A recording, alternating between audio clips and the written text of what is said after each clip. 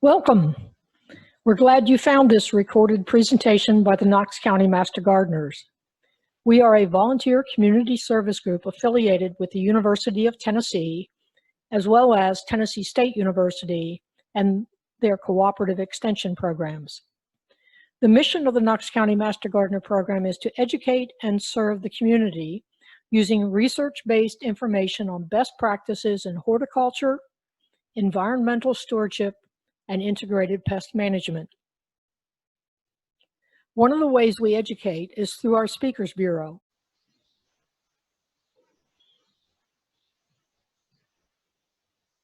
Hi, my name is Marsha Lehman and I'm a Knox County Master Gardener. Today's topic is fall composting. September has arrived and that means that leaves are starting to fall. And some of them will continue to fall for the next several months, but that means it's a grand time to do composting. For starters, you really don't want to spend all that time and energy raking and bagging leaves and setting them out for the trash folks to pick up and take to a landfill.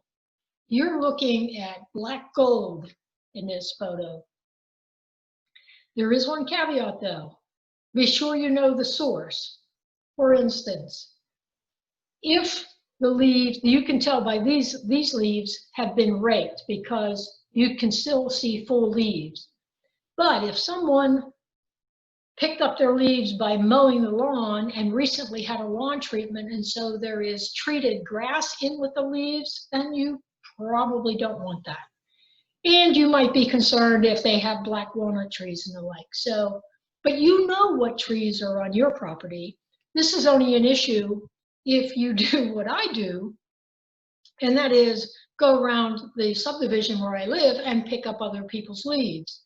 But I always go and ask first, and I asked them a few other questions about were they raked, were they chopped with a lawnmower, had they recently done a lawn treatment, and we have a nice conversation about lawn care or gardening topics in general. But anything you can do to keep bagged leaves out of a landfill is just good for everybody, and you end up with great compost in the end. You'll save a lot of time and money in particular in making your own compost as opposed to going and buying compost. Now, if you only need a little bit, yes, then you may not want to go to the bother of making a compost bin and the like. But if you have any sizable amount of vegetable gardens or ornamental flower beds, even your foundation planters will benefit from getting a nice layer of compost added. And so, yes, you can go and bag the product if you need a little bit. You can get a dump truck load if you need a lot, but you can also make as much as you need. And one of the interesting things is, by the time your compost is done, you end up with 1/3 roughly of the volume that you started with. So you may think you have a big pile to start with, but you're going to end up with a much smaller amount of finished compost. But I'm getting ahead of myself. So what are the first decisions you have to make? How many leaves will you have?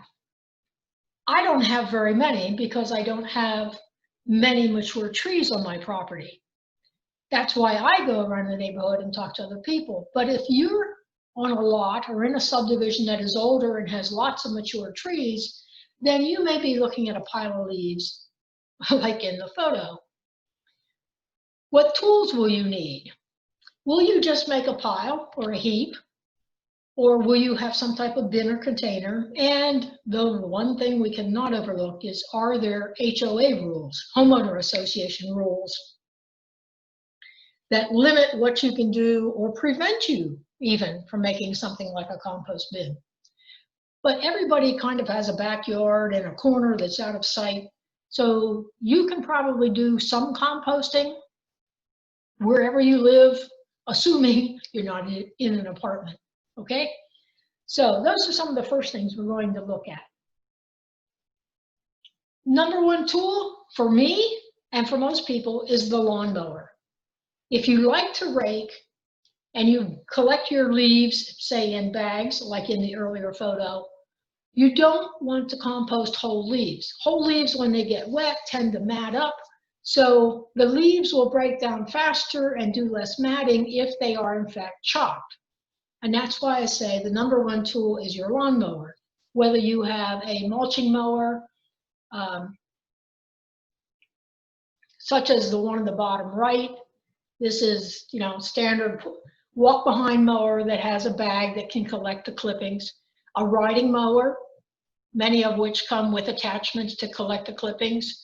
And in our neighborhood, I actually know of one individual who has this thing in the bottom left called a billy goat, which is really a vacuum that has a chopper attached. So it sucks up the leaves, runs them through an impeller, and chops them and throws them in that bag. That's a fairly expensive way to go, but the individual I know lives in a more mature portion of the subdivision and has lots and lots and lots of big oak trees. So he actually invested in a billy goat, and I also believe that some of his next door neighbors borrow it from him. But anyway, a lawnmower or some device to chop up leaves is probably your #1 tool. So once they're chopped, what are you going to do with them? There are multiple ways to do composting. The simplest option is simply to do what's called sheet mulching, where you put a 3 to 4 inch layer of those chopped leaves directly on top of your garden bed. It will keep soil from blowing away in wind. It will keep soil from washing away in heavy rains, such as we had in the past 2 Februaries. Just February of 2019, we had 17 inches of rain. In February of 2020, we had 14 inches of rain. A nice thick layer of chopped leaves will protect that soil from washing away in that type of punishing rain. It helps to hold moisture in the soil. It will keep those winter weeds from sprouting. Being a transplant, I had never known about winter weeds until I moved to East Tennessee.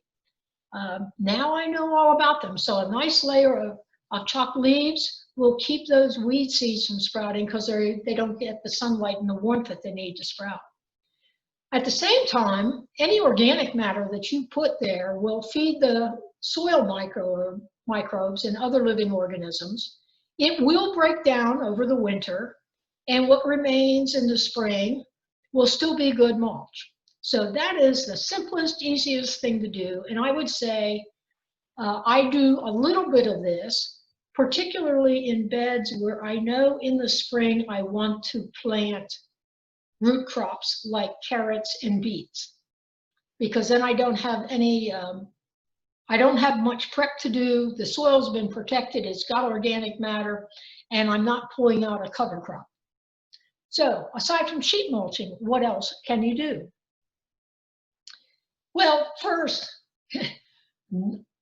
I doubt that any of us have space to make this big of a pile, but I have this photo to make the point that to get a compost pile really cooking, and that's a term that's used in hot composting, the pile needs to be at least 3 feet wide by 3 feet in the other dimension and 3 feet tall. That is by definition 1 cubic yard, 3 feet by 3 feet by 3 feet. These piles are obviously bigger, but 1 cubic yard is the point at which hot composting can be done successfully. So you can do just a pile in the backyard. It'll have to be a little bit bigger than that 3 by 3 by 3 because it is going to compress over time. But if you started with an area that was 4 foot square and piled it up, you could probably do that in some back corner. In an operation the size of this, they're going to come in with a bobcat and turn this, and they're going to water it. And this is a commercial operation in the photo. But keep in mind, the 3 by 3 by 3, 1 cubic yard is the recommended size.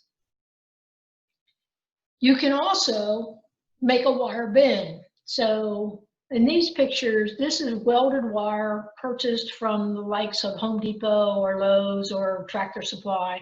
And the openings are 2 inch by 4 inches.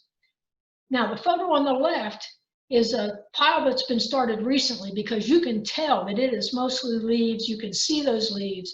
And the 2 inch by 4 inch opening works pretty well at that stage. But as it starts to break down, the pieces get smaller and you tend to get a little bit of leakage. So when I have used a wire bin like this, I've wrapped it in burlap or with some old Agribon or row cover. The better solution is to buy welded wire that has openings that are 1 inch by 2 inch. A little more expensive, but you won't get the same amount of compost falling out of the bin. Hardware cloth is a type of welded wire where the openings are a 1/2 inch by 1/2 inch. That's great stuff, but it is significantly more expensive. And then coming back to some of our geometry, we know that the circumference, if a bin is 3 feet in diameter, the circumference of that is going to be 3 pi, and that is roughly 10 feet. It's 9 point something. But if you cut a 10-foot length of this welded wire, which usually comes in a 25 or 50-foot roll, you cut a 10-foot length, wrap it around, hold it closed with zip ties or short pieces of plastic coated wash line. That 10-foot length will give you a 3-foot diameter bin. So there's 3 foot by 3 foot, and it's 3 feet tall. You do want to cover it. You can use a tarp. I have used old windows. My most recent favorite thing to use is corrugated plastic campaign signs, which you'll see in the back side of the photo on the right. They're fairly easy to cut with a utility knife. You find some of the larger ones that are 4 foot by 4 foot, and then trim it down to roughly a 3-foot diameter circle. And these have lasted 4 to 5 years for me, and there are always lots of campaigns where folks forget to take down their signs. One of the things that's nice about the simple wire compost bin is it's easy to move when you need to turn the pile and if you're doing hot composting. Because you tie it together with zip ties or with a piece of the plastic coated wash line, you simply take off the zip tie or the pieces of wire and you uncurl the wire and the pile will stay standing. So if you really only have space for one bin, then you make the pile, you make the bin, fill it, and when you're ready to turn it, you remove the wire, set it next to the pile, tie it back up with zip ties or the wire, and then turn back into the bin.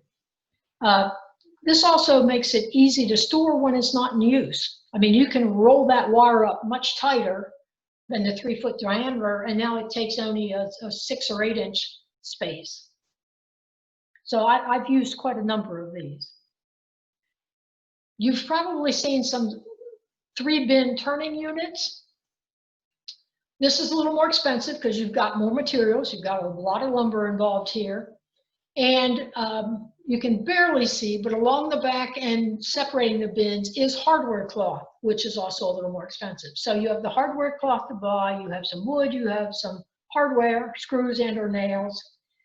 And it takes a little bit of skill. These are not hard to build, but they take a little bit of skill. You can find a lot of plans for these online. They are usually 3 feet high.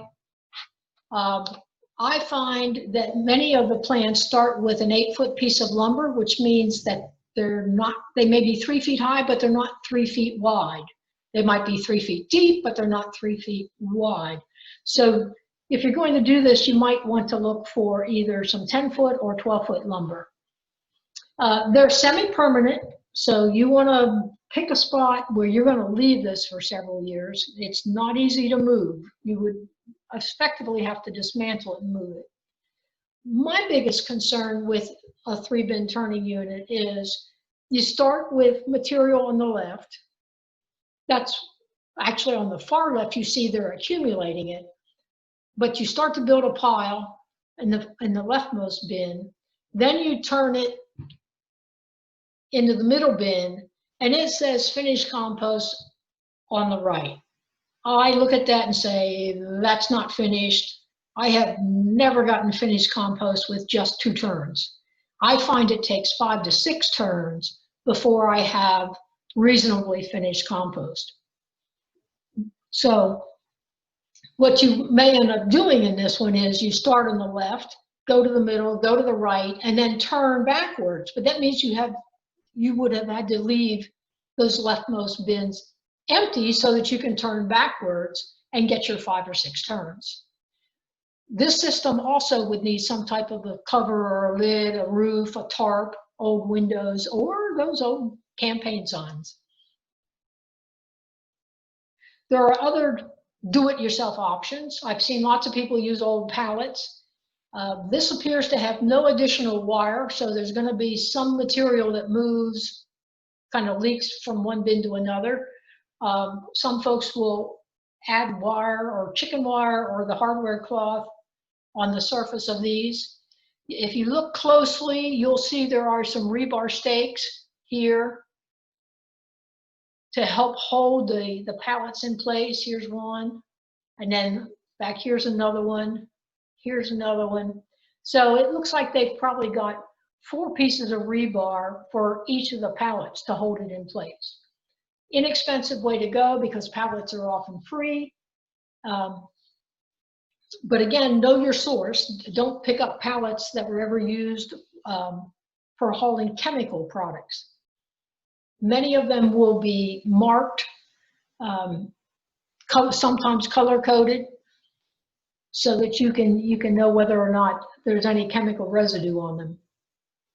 Again, most pallets are 4 feet wide, and then the length varies depending on what product was being carried on them. And this too should have some type of cover.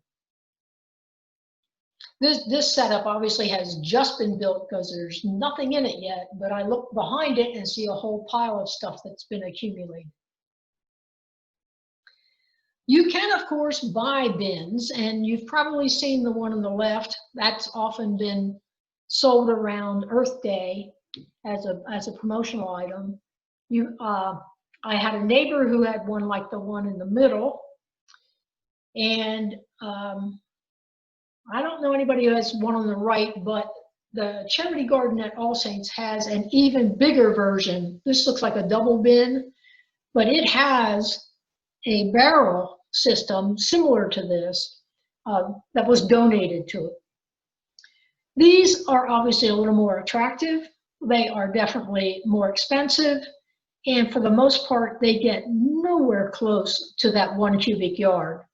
So these are better for composting kitchen scraps as opposed to the volume of leaves that you may be collecting in the fall. But I want you to know that those options are out there. Again, if you only have a small volume and you only have a small space, this may be right for you. But if you have a lot of leaves and you have lots of ornamental beds or a large foundation bed or many vegetable beds, then you definitely want to use something larger than this. Some more purchased options. Actually, the one on the left here, the Geo Bin, is about $40 on Amazon. They're selling well because 5 years ago they were about $25. Then they went to $30. Then they went to $35. These come in the box, that little rectangular box. And what's nice about them is they roll up nice and snugly. They have their own little plastic fastener. They are 36 inches high. You can make it a smaller diameter if you want because of the way the fasteners work. But if you set it at its max diameter of 42 inches, it holds more than 1 cubic yard. So again, when you're not using it, you can then roll it up real tightly and get it back into a box that's about 6 inches square and 36 inches high. It holds a cubic yard. You can also make your pile and cover it with a large tarp. Now that's more a case when you're doing cold composting, but that is an option. And then if you don't have a mulching lawnmower, there are leaf blowers that also have a vacuum, the ability to also be a vacuum and a mulcher. They start at about $80 and go up. I would suggest if you look at one of these, check to see if the impeller, the thing that creates the air when it's blowing, and also then when it vacuums, make sure it has a metal impeller, because you will from time to time pick up acorns or small stones or little chunks of wood or mulch. And a plastic impeller over time is going to wear down and or break. So it's worth a few more dollars to get a metal impeller. Often they come with a small bag that you can sling over your shoulder and put the materials in. The unit I bought has a hood and a hose that I can then attach directly to a 35-gallon trash can. So I'm not limited to the size of the bag that I have to sling over my shoulder. I've got more pictures of this coming up. Right, so I usually get asked, what does Marsha use? Well, I do have a mulching mower. I collect what I've chopped with the bag on the mower, which is about 2 cubic feet. So it's not a whole lot. You end up emptying the bag quite a bit. And then I have one of these leaf blowers that also has the ability to be a vacuum. And in the center photo bottom, I've got the big vacuum attachment, the hose over to a 35-gallon trash bin, which you'll notice I have a trash bag liner in it. And I'll give you a little sneak preview, but I want to collect enough materials to make a 1 cubic yard bin full of materials. I don't want to start a bin and only have it be a quarter full or a half full. I want to make a full bin. And I have found out that it takes me about 6 bags of chopped leaves to make that one bin. So I'll accumulate 6 bags of chopped leaves, and then I'll go start my actual compost pile. So at any point in time during the fall, I have these bags of leaves setting around, and as soon as I get 6, I'll start another pile.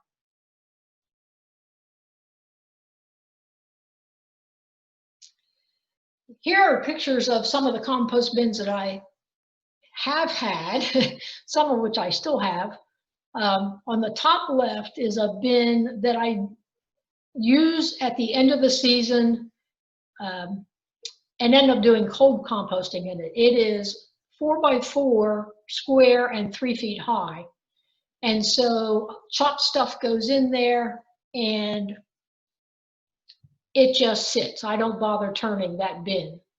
I would comment that the black structure to the right of that is a 5-tier worm bin with a bucket underneath it to catch the leachate that comes out. And then on the top right, I've got 2 leaf litter bins that are covered with old windows and a tarp. These are 3 foot diameter and 3 foot high. And then my primary system is the bottom photo, where I have 5 compost bins. Each of them are 3x3x3, so it's a square, it's a cube. And I start by accumulating my 6 bags of leaves, and then I have some greens to add to that, and build the pile in bin number 1. Then I turn bin 1 into 2 and start another bin 1. And at some point along the way, you know, I got down to bin number 5, and it's not quite done. It gets one more turn into a bin that you don't see. So yeah, that's where I know that it takes me about 5 turns. Now along the way, it gets smaller and smaller, so I may be combining 2 bins at some point. Usually by the time I get to bin 4, I've got 2 bins combined. But anyway, I've done some cold composting. The reference to leaf litter is just that it's only chopped leaves. There's nothing else added in there. And then the 5 hot composting bins here at the bottom is where I get my combination of greens and browns going. And I do at least 150 bags of leaves. That's pre-chopped. And one year I really went whole hog and did 250 bags of leaves and found out that that was more than I needed. So I look for 100 to 150 bags of leaves each fall. So you've got your bins, your container, your pile location, you've decided where you're going to do this and what type of structure you might have, and you've got your chopped leaves. So what do you do next? So when life gives you leaves, make leaf litter. Leaf litter is what you find in the forest. Nature just naturally composts those things. And when you just take the leaves and put them in a pile and don't add anything else and you don't turn it, this is actually a form of cold composting. You still want to chop up the leaves in your backyard because the nice part about cold composting is it's easy. The bad news about cold composting is it takes a whole lot longer. You know, I mentioned 5 or 6 turns of hot composting and I'm done. Well, I might be able to do that in 3 months, sometimes 4 or a little longer. But if I'm doing cold composting and I just have this bin full of chopped up leaves, it's going to take 1 to 2 years. Now, after the first year, you can use that partially finished material as mulch. But it's going to take to the end of the second year to really have that be compost and no longer recognizable as chopped up leaves. So cold composting is easy, but slow. When you're doing cold composting, you truly have just your leaves or your neighbor's leaves or somebody else's leaves, and you chop them up. Do you have to add water? No, but it will speed up the process. Can you mix in other stuff? Yes, you can, but you want to avoid items that might attract hungry critters, especially over the winter. So if I'm just doing cold composting, I tend not to put any kitchen scraps in there or any leftover veggies from the garden.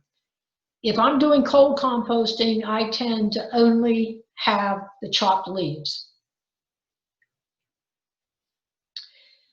If you are not patient, which defines me, then you want to try hot composting. It is faster. You can do this in 5 or 6 turns, which could be 3 to 4 months. It can be longer sometimes, and I'll explain why. It is faster, but it takes more effort. It is not rocket science. You have 4 basic ingredients. You need air. You need water. You need a source of carbon, which you'll hear people refer to as browns, and that's your chopped leaves. And you need some source of nitrogen, which you'll hear people refer to as greens. And greens can be grass clippings. But, you know, in the fall, yes, we're still mowing, but the grass isn't growing as fast. So you may not have enough grass clippings to get the right mixture for the volume of leaves that you have. You may also be in the opposite situation where you have more lawn and not as many trees, in which case, go ask your neighbor for their leaves. You can chop up garden plants. So for instance, after I yank my sweet potatoes, I will chop up those vines and leaves. I've also been known to go to Starbucks and participate in their grounds for the garden program, where they will give you their used coffee grounds. I will go to the juice bar and ask them for the pulp after they have juiced all those beets and kale and carrots and pineapple or whatever else they were juicing that day. You can have some interesting conversations when you do those things too. But just because you have lots of leaves and you think you don't have enough grass clippings, there are other ways to find the source of nitrogen to get the right mixture to really get a hot compost pile hot and cooking. So here's the point I made earlier. If you're going to do hot composting, you want to accumulate enough materials to fill a bin at one time. So accumulate the chopped leaves, accumulate the grass clippings, accumulate the coffee grounds or whatever you're using. And when you've got 6 bags of already chopped leaves, you're ready to make the pile. If the leaves are really, really dry, you may need to add a little bit of water. But what I have found is I often need to add water when I build the pile. On the next turn, I might have to add a little bit of water, but by the second turn, there is no need to add more water. You do want to cover it so it doesn't get waterlogged during rainstorms. And the general rule of thumb is turn it weekly. And when you turn it, that's like the wire bin, take the wire cage off the pile, set it next to it, and turn back in there. When you turn the pile, you are aerating it. You're putting oxygen back in there. You will add water as necessary, but you're not adding in any additional materials. Now, why do we need to aerate the pile and add water? It's because the composting is being done by microbes, these little microscopic organisms, and they need to breathe and they need water. So a lot of people think that the hot compost is hot because it's out in the sun. No.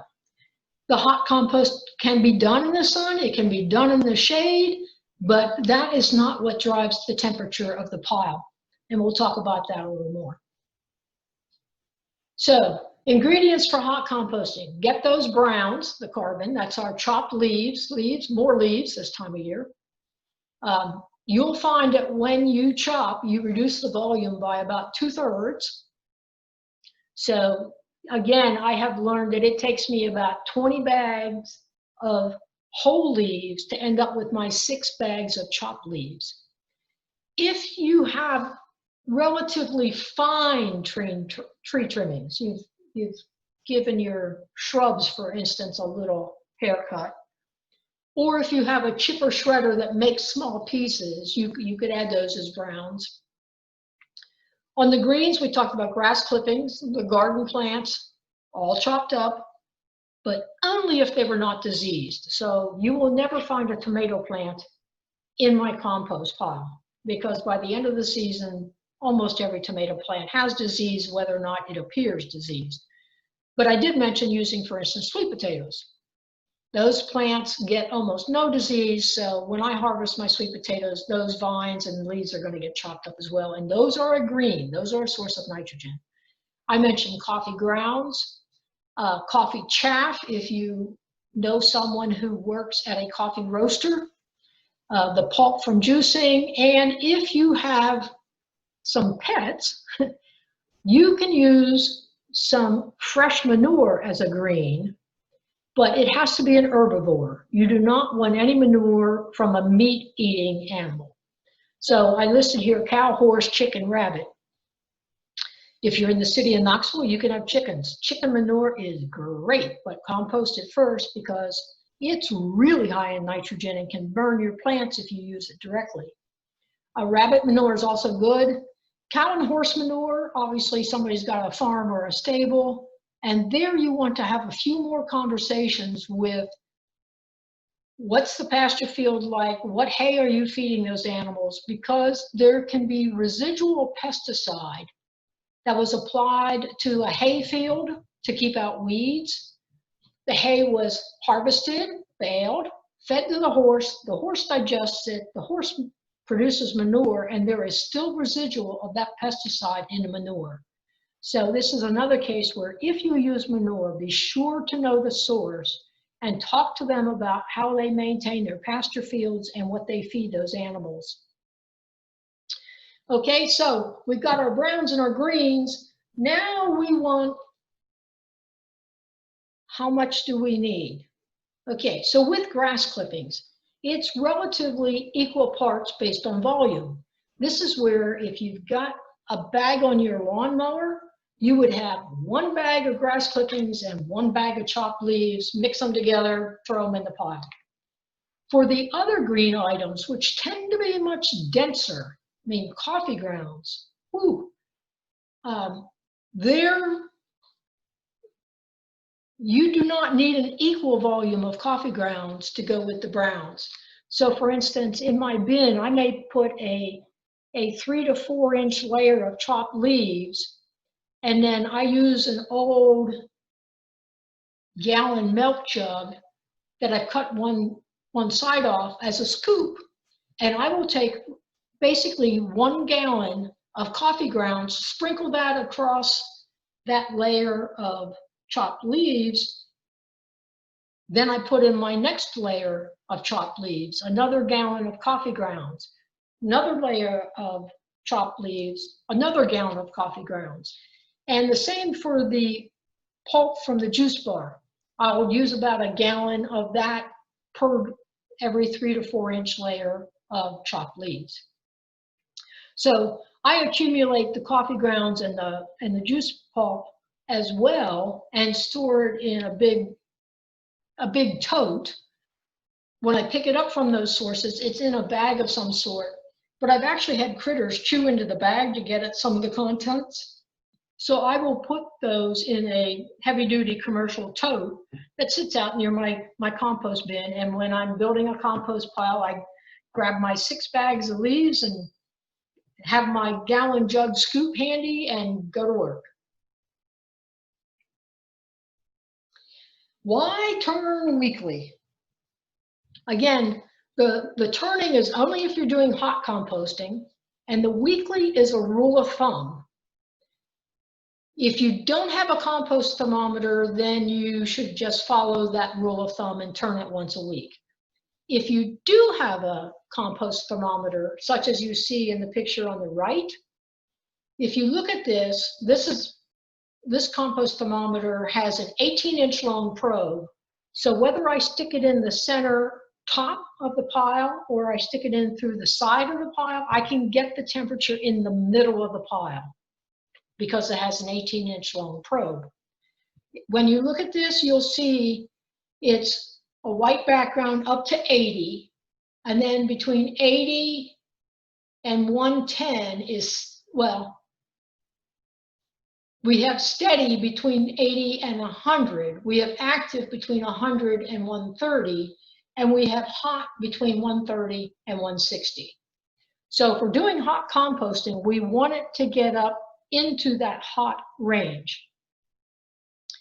And in my experience, that takes about 3 or 4 days. I've done this a few times where I'll keep track. I started the pile on such and such a day, and every day I go out and I check the temperature. And about day 4, the pile will hit about 155 degrees. And that's all thanks to the little microbes who are in there working on the greens and browns. It won't stay at 155 for particularly long, a couple days, and then the temperature starts to drop. But I have had cases where the temperature dropped to 140, which is still in the hot zone, for 2.5 to 3 weeks. And as long as it's in that hot zone, I'm not going to turn it. I only turn it when it drops below 130. And I also watch how much the pile is compressing. By the time the temperature drops to about 130 degrees, the pile has lost about 1 foot in height. It has compressed. It's starting to compact. The air is being squeezed out. The microbes need to breathe, and so I'm going to turn it. It's starting to get down to the active zone. It's falling out of the hot zone into the active zone. It's compressing. They need to be able to breathe. So I'm going to turn the pile.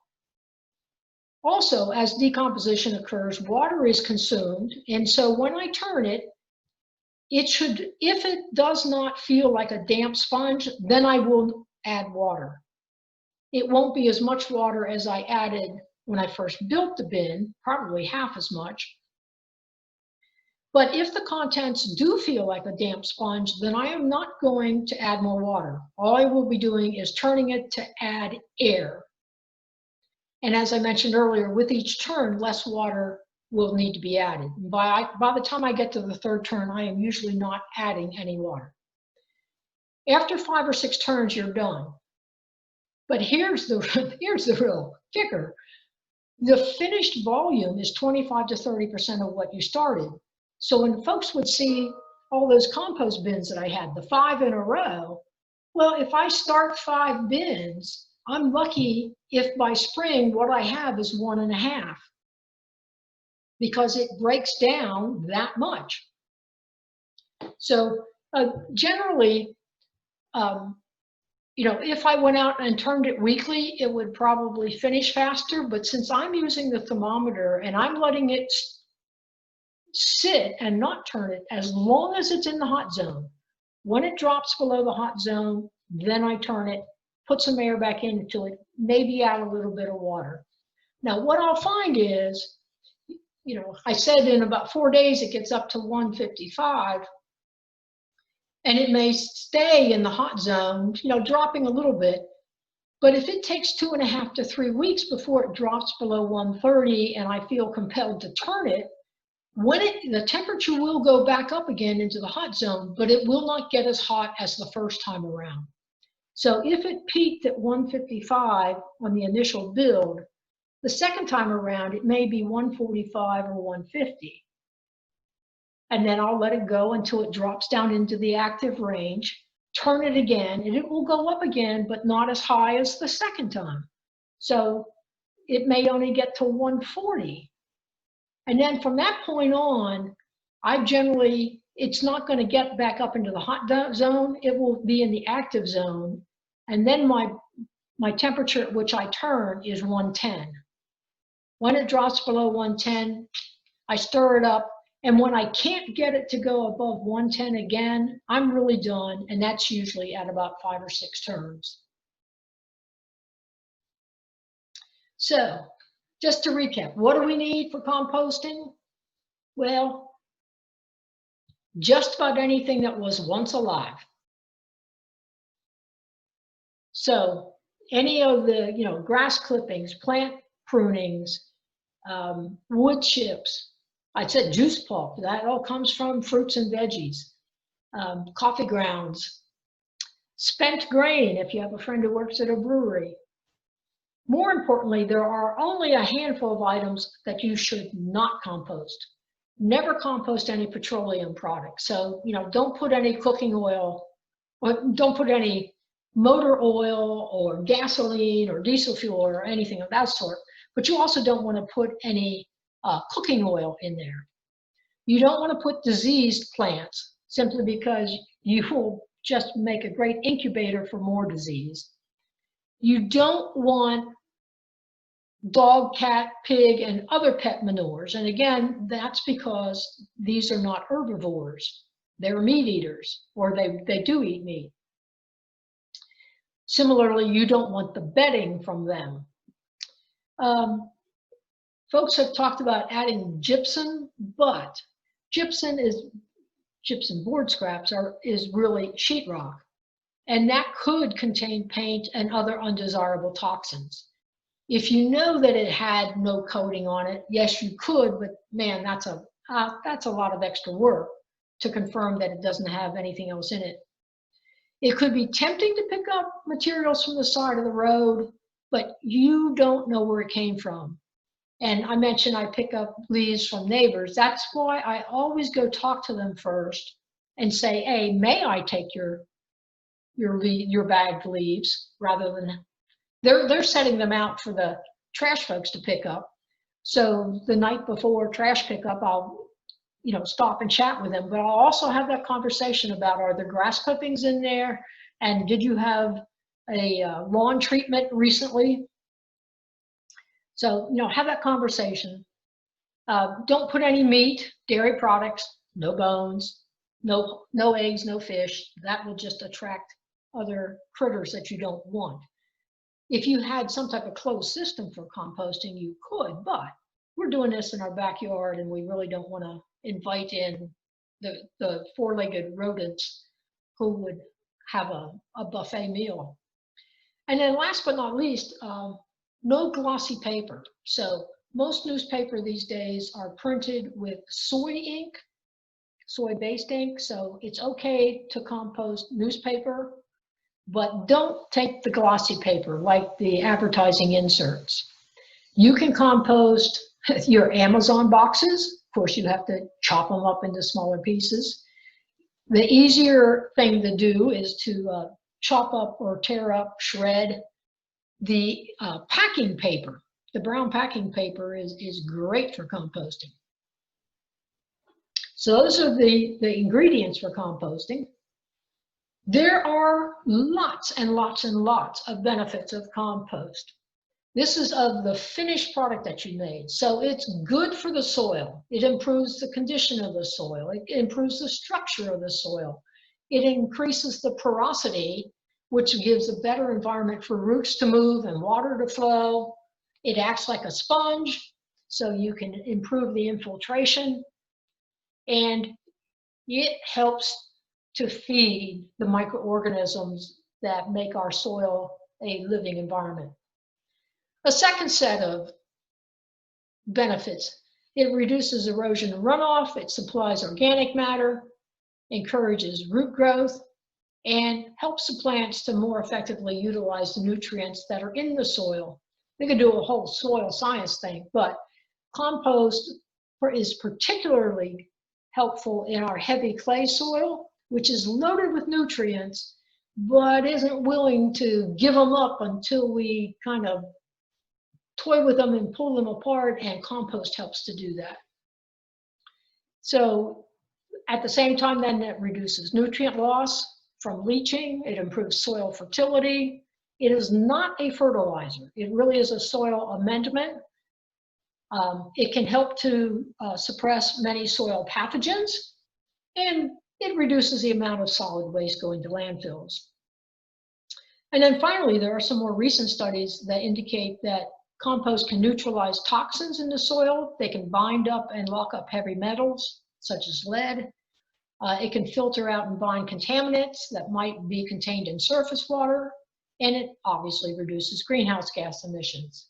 Those are benefits of what you are creating, the compost.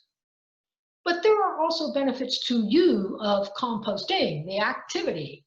There's physical exercise in the raking, the mowing, the collecting of materials, the building and turning of the piles. There's a social aspect in that it gets you out to talk to some of your neighbors. You create free compost for your garden and free mulch for your garden beds. You reduce the amount of solid waste going to landfills, and you keep great organic matter on your own property. So your composting, your activity of composting makes you an environmental steward, and we say congratulations on that. We hope you enjoyed this presentation and that you learned something that will help you in your gardening endeavors, whether that means more blooms on your flowers and ornamental shrubs, attracting more pollinators to your garden, or improving your vegetable production. As we were not able to field your questions today, we want to close by offering you some ways to reach us. As you can see on this slide, we have a presence on Facebook. You may post questions to either of these Facebook pages. Feel free to upload a photo, especially if it helps to describe the problem you have. If you are not a Facebook user, you may call the Extension office at 865-215-2340 and leave a detailed message with your question. Your question will be forwarded to a Master Gardener to research and respond to you. You may also send an email to Ryland Thompson, the Knox County Extension agent who advises the local Master Gardener program.